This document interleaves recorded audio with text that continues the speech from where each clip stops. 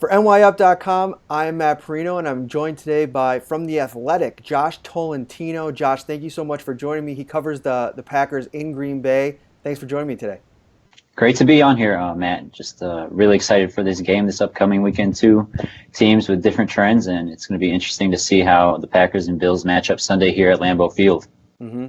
All of a sudden, we have a much more interesting matchup. After the first 2 weeks of the season, I think many people thought, experts, fans alike, thought that this might be a rebuilding year for the Bills, maybe a team that's on their way to contending for the first overall draft pick. But all of a sudden, going into Minnesota, picking up a road victory with a rookie quarterback, and everything has changed. And now this game becomes even more interesting with the Packers coming off a loss last week.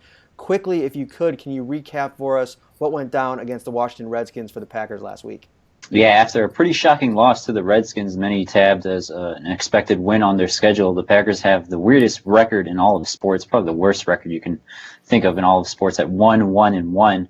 Of course, that one tie being against a Vikings team that Buffalo completely dismantled and took over last week, like what you mentioned. But in that Redskins game, just the offense was really never able to get going besides a long yardage touchdown from Rodgers to Geronimo Allison. Outside of that 64-yard gain, 64-yard score, really wasn't much there. They weren't able to establish their running game. And then on defense, the secondary got torched. They lost Mo Wilkerson for the season, likely for the season. Hasn't been announced yet, but he's likely out. And, all of a sudden they're hit with a big injury bug on both sides of the ball. And now you got a hot Bills team coming to town, and a Bills team that beat the Vikings, if you want to continue off that. Yeah, definitely. I mean, it started from the first possession of the game. Some penalties. The Vikings definitely helped out the Bills, but Josh Allen led the team down the field in the first drive, rushed in a 10-yard touchdown, Superman pose at the end toward the pylon, and it was off to the races from there. The Bills scored 27 first half points. They didn't even have to really throw the ball in the second half. The defense came to play. They got after Kirk Cousins. They made it an uncomfortable day for him. And that's something that we're going to talk about in a little while, about the ways that the Bills can win this game in Green Bay is definitely take a page out of the Redskins book, get after Aaron Rodgers, who was sacked 4 times last week, and we'll definitely get to that. But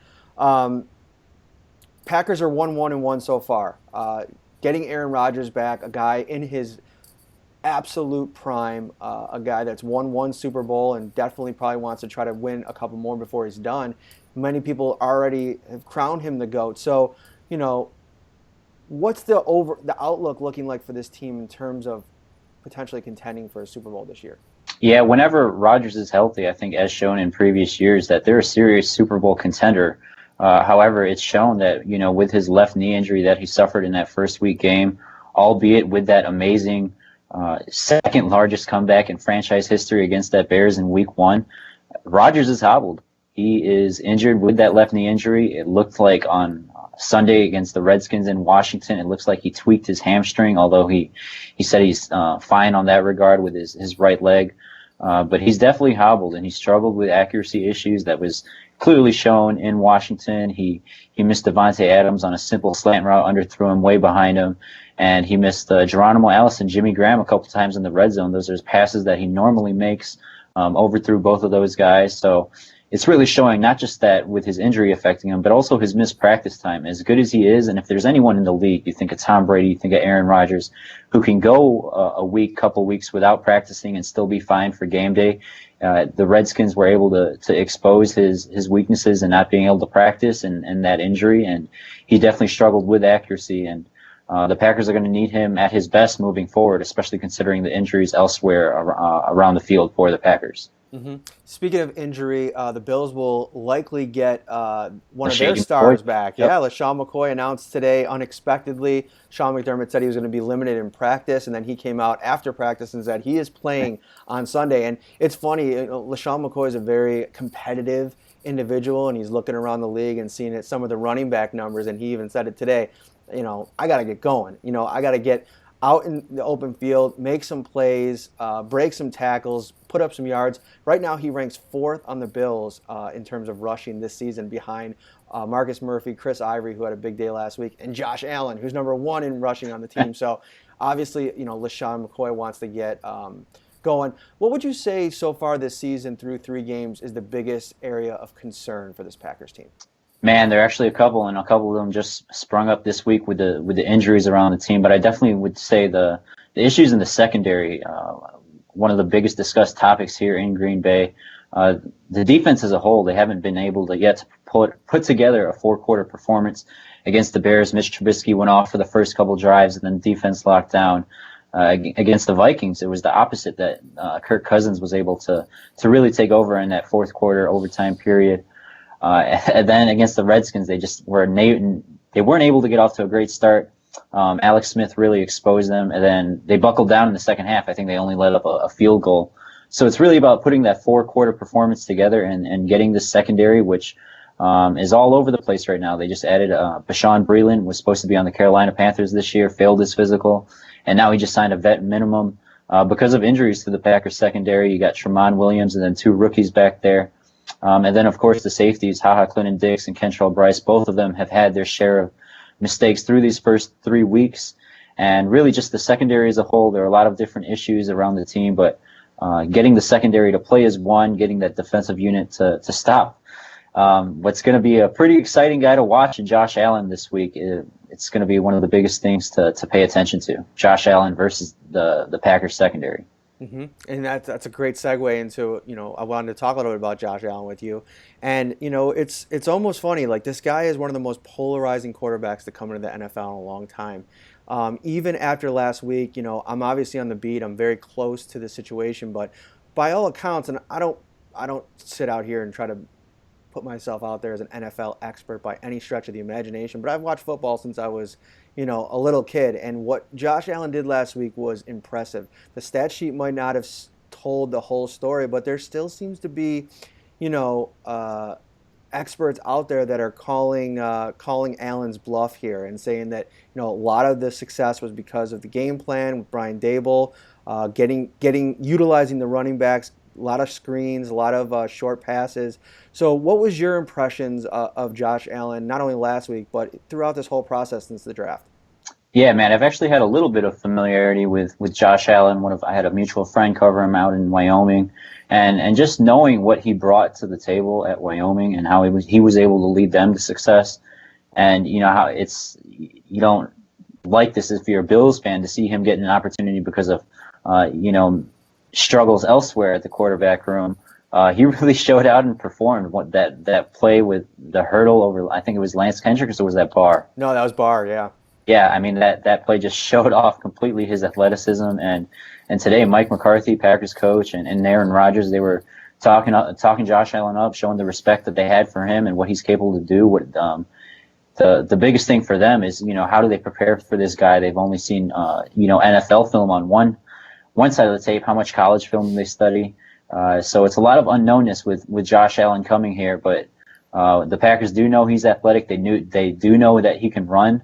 And with a defensive unit with edge rushers that have struggled getting the quarterback over these past few weeks, and when they have gotten the quarterback, gotten a lot of, or not a lot, but some controversial roughing the passer calls, Josh Allen prompts a pretty big problem, especially since that we saw he was able to disrupt and really expose a Vikings secondary and front seven that was supposed to be one of the biggest or best units in the NFL. So definitely a lot of question marks with the Packers defense approaching Josh Allen.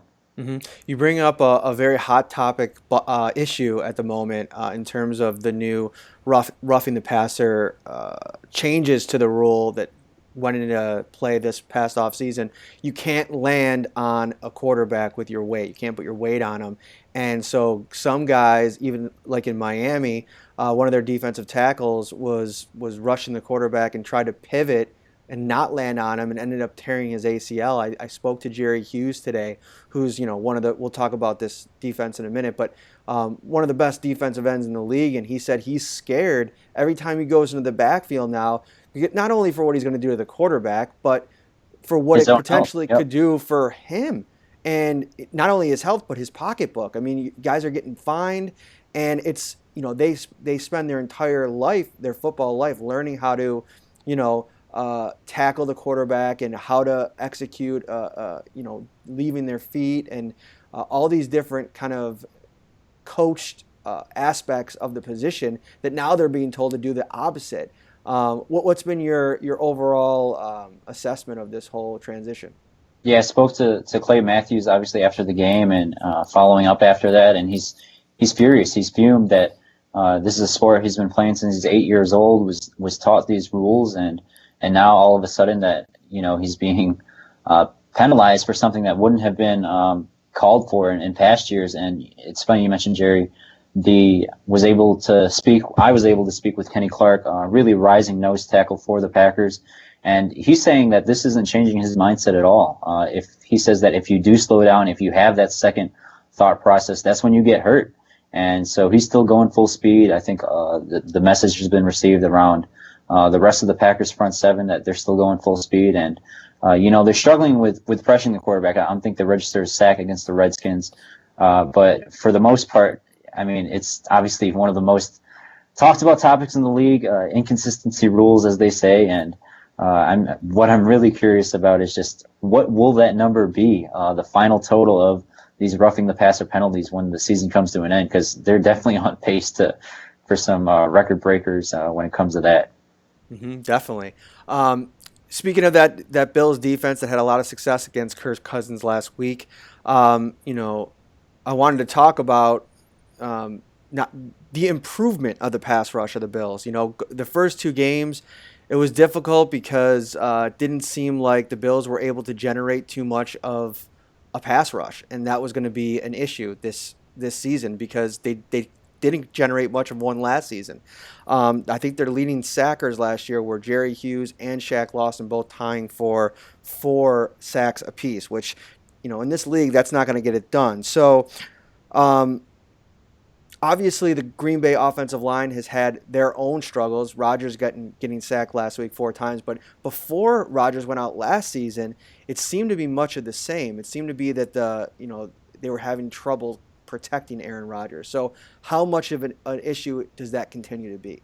Yeah, the biggest problem for this unit, the set guys, those 5, they were never able to really play during the preseason. One was hobbled here, one was hobbled there, and they just weren't able to really get that playing time experience in training camp leading up to the regular season. And like what you said, it's shown. Each game they've allowed an identical 4 sacks. They've allowed 12 sacks through these first 3 games, and as good as the duo they have at tackle with David Bakhtiari and Brian Bulaga, the struggles are showing elsewhere on the line, and not just that, they were hit with injuries. Brian Bulaga he was forced out with a back issue in Washington. Justin McCray, who didn't practice today, had some shoulder issues at Washington, and the backups that they have, Jason Spriggs, Byron Bell, there's not much there in terms of what we've seen so far. So it's beginning to sort of, we'll see how they play Buffalo, but it seems like they're going to do some plug and play. And like what you said, there's issues all around for this offensive line, and Rodgers' left knee is a big concern moving forward, and they're going to want him to have him healthy if they want a chance for this postseason. Mm-hmm. This will be my first trip to Lambeau Field. Obviously, I just took over on the beat about 3 months ago, but I'm very interested to know. I mean, the hallowed grounds of Lambeau Field, and going to Green Bay in general with all the tradition, it's no secret that it's one of the tougher places to play in the NFL. How big of an advantage have you noticed it to be for this Packers team and Aaron Rodgers to play at home? Yeah, it's such a coincidence you mentioned that, Matt, because actually today, when Rodgers was asked during his weekly media scrum, he always speaks on Wednesdays, how do you prepare for a Bills team with Josh Allen coming off a huge win against the Vikings, a team that you tied against just last week? And he says the Bills are going to give them the best of what they got, because based on the fact that, A, they just beat their division rival, a serious Super Bowl contender in the Vikings, and second, that they're coming to Lambeau Field, where you always generate the most in terms of competition from opponents. But Lambeau Field, they barely, I don't have the record, the number right on me, but they don't lose here that much in terms of the past few seasons. So, I mean, it truly is a home field advantage, and you really feel that on game day. Will be interesting to see how that Buffalo crowd travels, but Green Bay, it's always definitely rocking here on game day at Lambeau. That's great. And finally, before I let you get out of here, I'm going to do rapid fire, quick fire, our top three keys to the game for each team. I'm going to start with you with the Packers. Give me your number one key for Green Bay this weekend. Yeah, first key, I mentioned it earlier. The defense really needs a bounce back game. The secondary was all over the place. They need to string together a 4-quarter performance. They got some new faces, Bashawn Breeland, like we mentioned, and we'll see how Mo Wilkerson's absence, who they plug. But the defense as a whole needs a bounce back game, and it'll be interesting to see Mike Pettin spend a season with the Bills in 2013, but how his schemes changed without Wilkerson in there. The reason he was able to rely on playing three up front, even in nickel, quarter, dime packages, only playing with three, was because of Wilkerson's body, what he was able to do, disrupt passes, disrupt even the run, most especially the run. So defense needs a bounce back game, and they need to adjust without Wilkerson up front.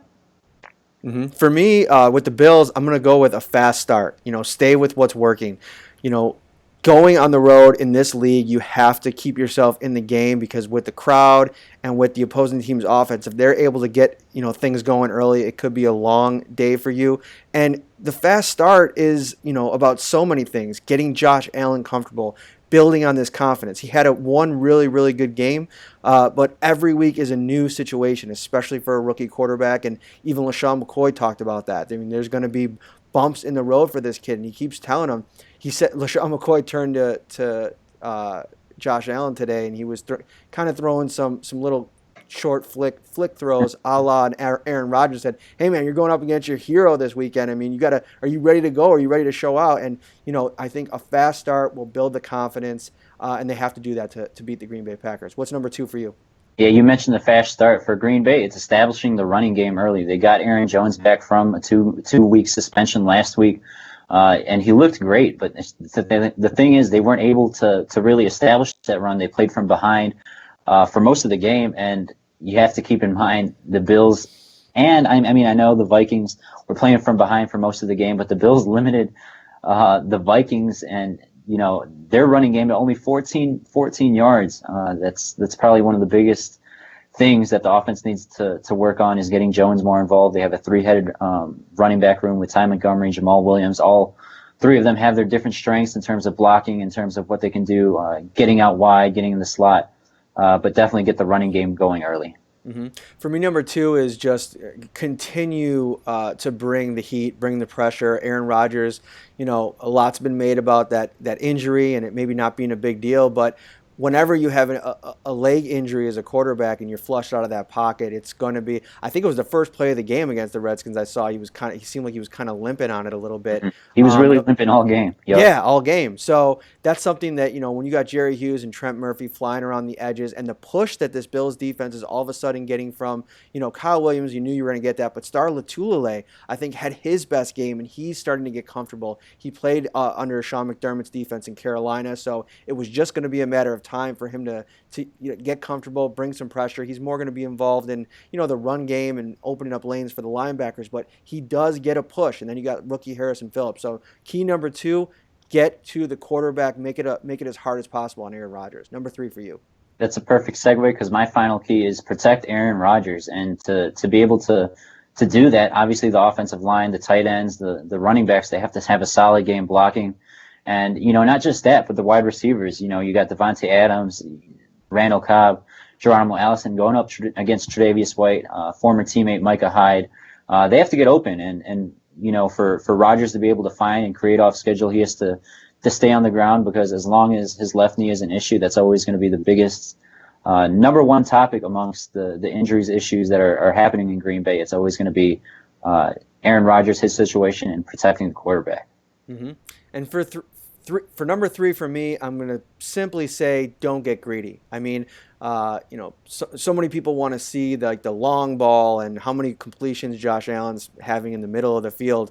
Listen, if it's working, you don't got to mess with it. I mean, I think that Brian Dable has established himself as a really trinkety type of offensive coordinator, a guy that likes to utilize these screens and these swing passes and getting the running back out into open space, especially when you have a weapon like LeSean McCoy who's going to be back in the fold this weekend. Stick with what's working. Don't get too greedy. Hey, take a couple shots downfield, but it's tough. I mean, when you have a wide receiver group like the Bills have right now that are struggling to catch the ball, I mean, Kelvin Benjamin, a guy that came out before the Chargers game, was like, I'm the number one receiver. I mean, Zay Jones's mom was tweeting about how Zay needs to teach Kelvin where to line up, and then Kelvin comes out and defends himself and then has another, kind of rough game. So Robert Foster seems to be dropping balls. So stick with what's working. Don't get greedy. Before we get out of here, Josh, why don't you tell everybody where they can find your work? Yeah, you can follow me on Twitter at JCT Sports and obviously at www.athletic.com. Athletic, as many know, we're putting out great work for just a small monthly fee, cheaper than a cup of coffee or maybe a latte, but all about providing that top quality content on The Athletic. And really excited to see you here, Matt, in Green Bay. I know it's your first time, you mentioned, and as the storylines are put in, it's going to be a good one. You got a Bills team that upset what's supposed to be one of the top teams in the NFL with the Vikings, and you got a Packers team that's 1-1-1. Let's lay it all on the line out on Sunday. Sounds great. Josh, thank you so much for your time, and guys, for all your Buffalo Bills content. As always, keep it locked on nyup.com and from Lambeau Field on Sunday. I'll see you at the game.